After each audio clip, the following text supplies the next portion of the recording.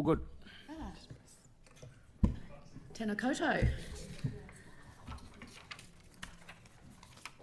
So this is an item that's on tomorrow's council agenda to consider the draft submission that staff have prepared at first instance to provide to the Local Government Commission, who have drafted a standardised code of conduct. Now this falls out of the clause in the bill that this council's already submitted on, where we said that any standardised code should set out clear and unambiguous expectations that facilitate professional and cooperative behaviour, and also a process for any breaches.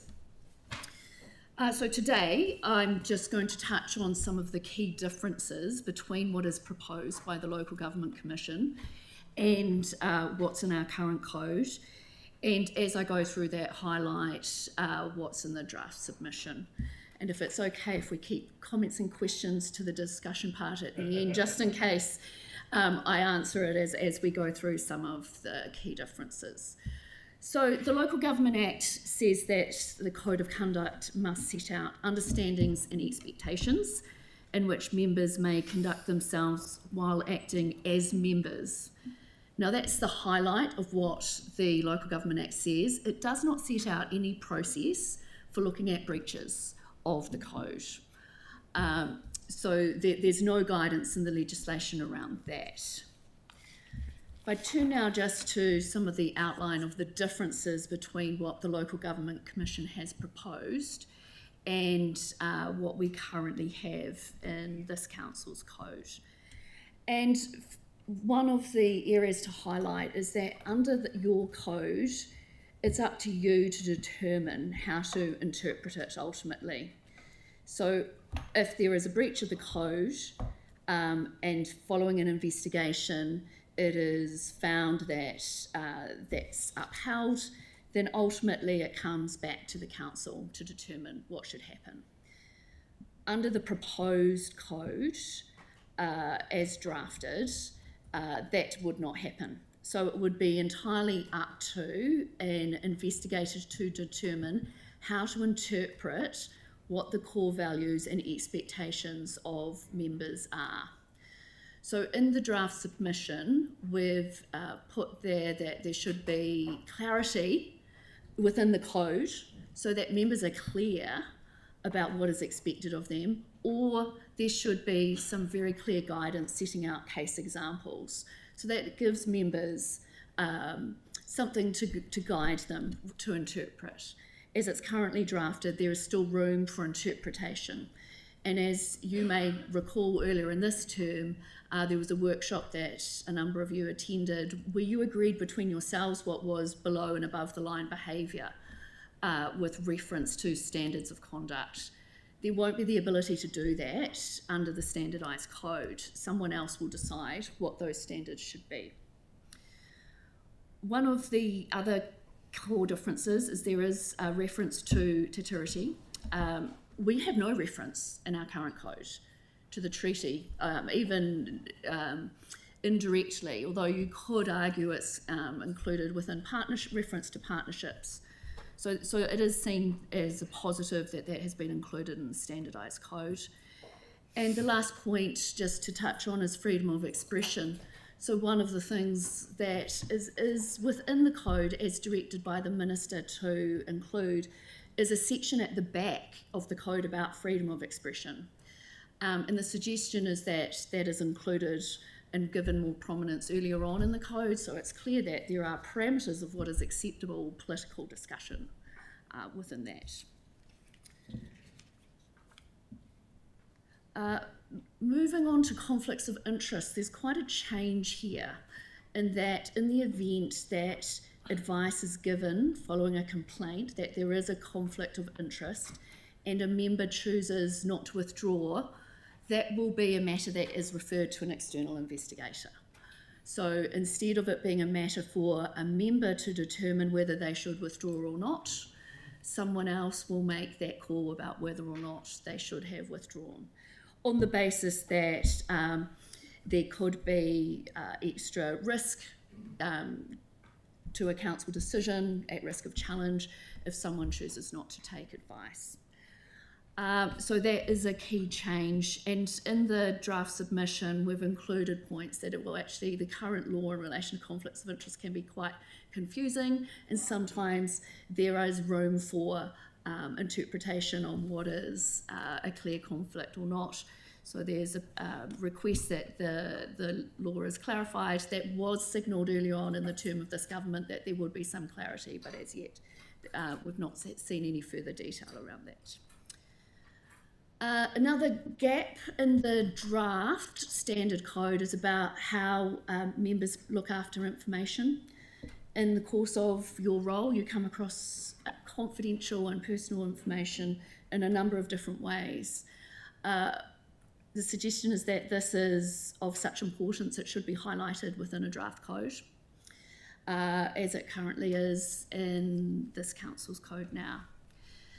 Now, I do want to spend a little bit of time on the complaint process, because one of the key differences in the standardised code is that any complaint is automatically referred to an external investigator.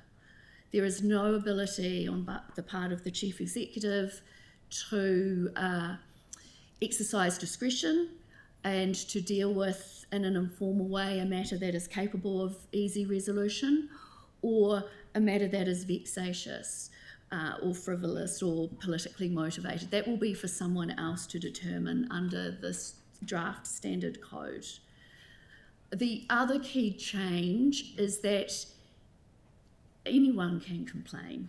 Under our current code, members of the public can complain, but staff complaints are dealt with through the Chief Executive. So any member of staff would be able to complain, and that would go straight to an external investigator. And our recommendation there is that the Chief Executive retains the ability to make a complaint on behalf of staff when it's appropriate to do so. For a city of this size and an organisation of this size, there's potential for a real cost impact on the ratepayers for any complaint to go to an external investigator. Potential, but of course, no matter what the motivations are, that has been observed, Councillor. So the recommendation is that there's the ability for the Chief Executive to triage complaints, the things that can be resolved easily or are minor in nature, that the Chief Executive can lead that. So we're nearly there. I mentioned earlier that it's a key change that any penalty will be determined by the external investigator. So it could be the same person who has determined whether this should be investigated, and if they've found that there has been a breach, they will also determine what the sanction will be. Unlike now, where the matter comes back to the council to determine what is appropriate. There's the ability within the code to list a number of policies that members are also expected to comply with. Suggested that perhaps there's a more flexible way of including those within the code. We don't have that currently within our code, but it is obliquely referred to, particularly in relation to information management and use of digital devices. We are expecting that there will be supplementary guidance, but we have no idea on the timing for that. And ultimately, any reviews, currently it's up to the council to determine when it would wish to change its code of conduct, and under the proposal it will be up to the Secretary for Local Government. So I might just nip over to what happens next before I open up for questions or discussion. Next page, last page. Thanks. So in terms of what happens next, Local Government Commission would like to receive any submissions by the 26th of September. It's unfortunate timing in relation to the election, and in terms of the flow for a number of councils and their meetings. And then the Local Government Commission will continue to work on a standardised code and deliver that to the Minister by the end of the year. That timeline is in advance of the when we're expecting the bill to pass. So that is my summary of what is proposed and what's included in the submission that's on the council agenda for tomorrow. I now invite questions and comment. Tyler's first up. So there's obviously the Act and then there's our policies. How much room do we have to create our own bespoke policy within the Act's confines that's forthcoming? So under the proposal, there would be no ability to refine a code as it's currently drafted, except for what other policies are included within the code. So, for example, acceptable use of digital technology could be named as a policy within the code that members are expected to comply with. Okay. And in terms of the punitive measures of which the investigator could actually follow through on, what does that look like? Well, there's no change to the legislation in terms of the range of potential penalties that are available. And there's a suggestion in the draft submission that the legislation could be expanded to allow for a wider range. So currently the ability for the investigator to determine whether the member's invited to make an apology or that they no longer have a role on a particular committee, but it's fairly limited in terms of what's availability. Is there stand-down periods? No stand-down periods. Only from a committee, yes, thank you, Councillor. Okay. So have a suspension or is outside of what would be available. Oh, that's... Kelly? Yeah, thanks, Helen. A couple of questions. In terms of complaints from members of the public, will they be triaged by the Chief Executive?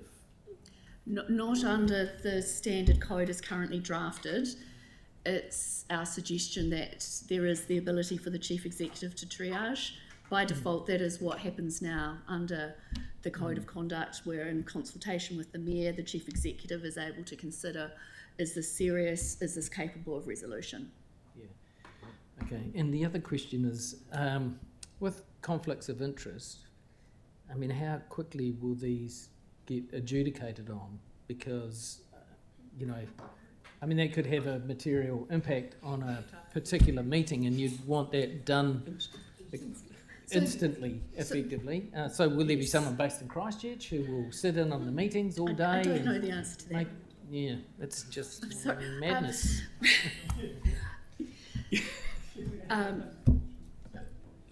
What I'll just say to that is that there's a duty, there remains a duty under the code for members to identify for themselves when they have a conflict and to seek advice appropriately.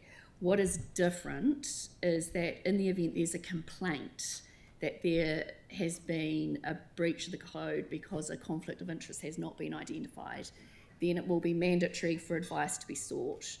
And also that advice is provided to all the members of the governing body to see. Then if the member chooses not to withdraw, then that's an automatic complaint. In terms of timing, sometimes conflicts advice can be quite complex. So it would depend entirely on when it was raised and the nature of the conflict and when the decision is going to be made. But there's no clarity in the standardised code around that.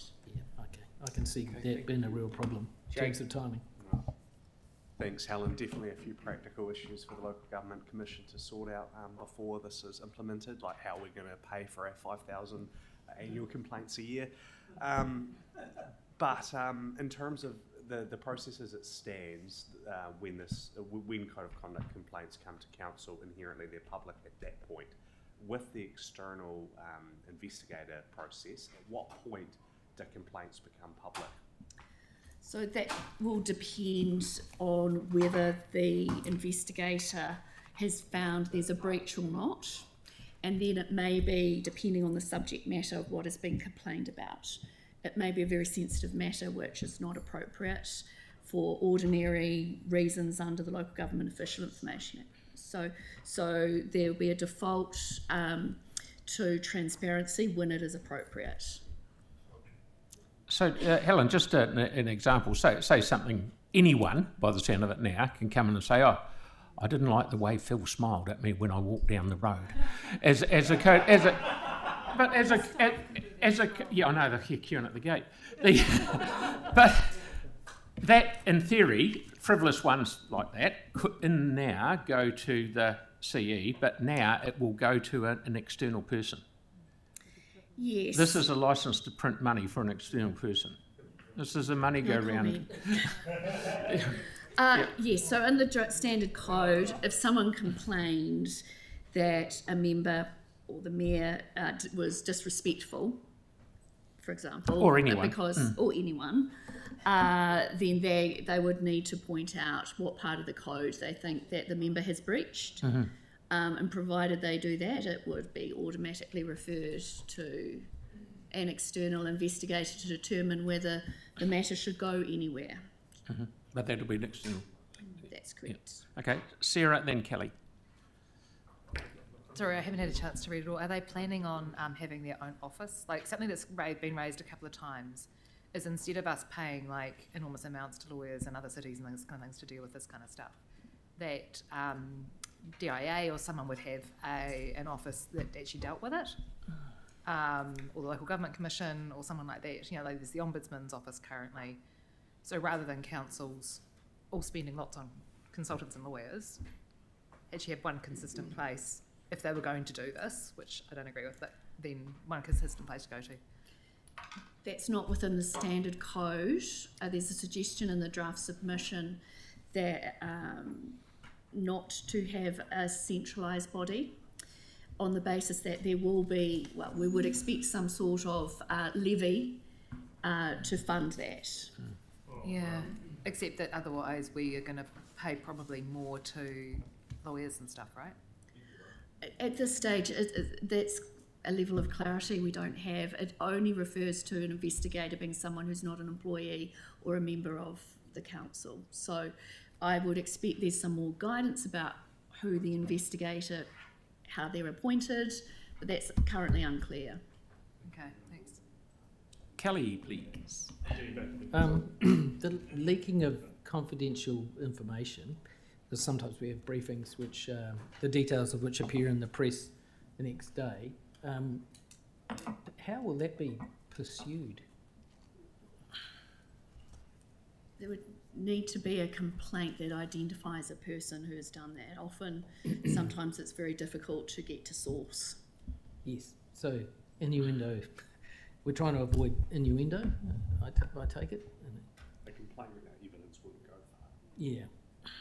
I Yeah. guess it would be if there was a complaint that said, Councillor Barber, for example, disclosed this confidential information, then it would that would need to be what it would say. Which I use hypothetically, of course, Councillor. Again, how would that be triaged? Would that be at Chief Executive? There's no ability to triage. Yeah, so people could make vexatious complaints saying that Jake leaked this and Jake leaked that. Kelly did this. I'm not using anyone in particular, Jake.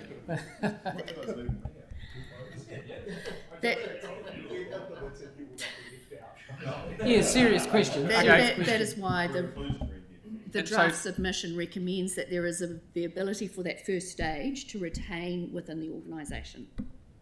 Okay, thank you, Kelly. And lastly, Aaron, please. So on that, is there a limit to how many complaints a person, because at the moment with our OIAs, there's a handful of people that do a lot, cost the organisation and ratepayers a lot of money. Will this be a similar system that there's no limit, you can just rack them up, There's no current limit so you can just go for it? as it's currently drafted. I've got about 50 to make that tie. Yeah. So that would be one, which would make a mockery of the system, and then and cost the ratepayer a heap. The other one would be in the conflicts of interest. Is belonging to political parties or organisations going to be, because around the table that's the biggest one you can have, but it's currently not required. Yet if you owned a holiday home in Timbuktu, you've got to list it. It's not expressed within the draft code, Councillor. It does talk about declaring a conflict when you'd be unable to approach a decision on its merits. But it does not specify political memberships. Wow. Okay. Right, that is.